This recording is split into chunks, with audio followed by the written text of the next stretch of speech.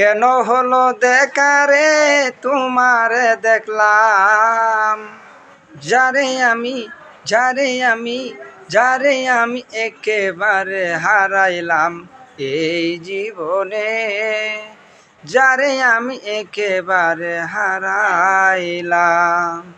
কেন হলো দেখা রে তোমারে দেখলাম বন্ধু, কেন হলো দেখা রে তোমারে দেখলাম, যারে আমি একেবারে হারাইলাম এই জীবনে, যারে আমি একেবারে হারাইলাম।